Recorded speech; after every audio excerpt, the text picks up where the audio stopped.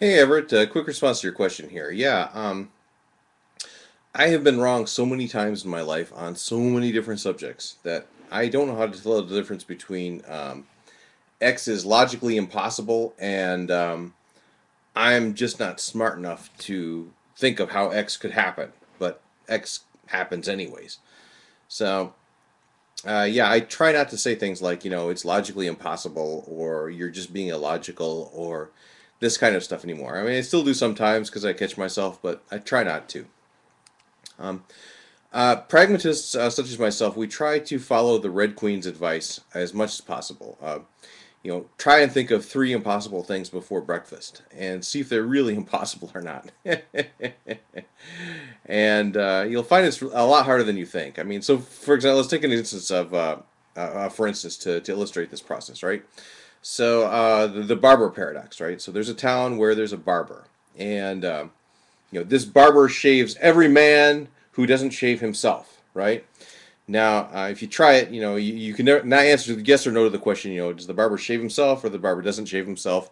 It's a paradox either way, right? But there actually is a way that you can answer yes to this question, right? You say, well, yes, it's true. The barber shaves every man that doesn't shave himself, but the barber shaves her own legs because she's a woman, right?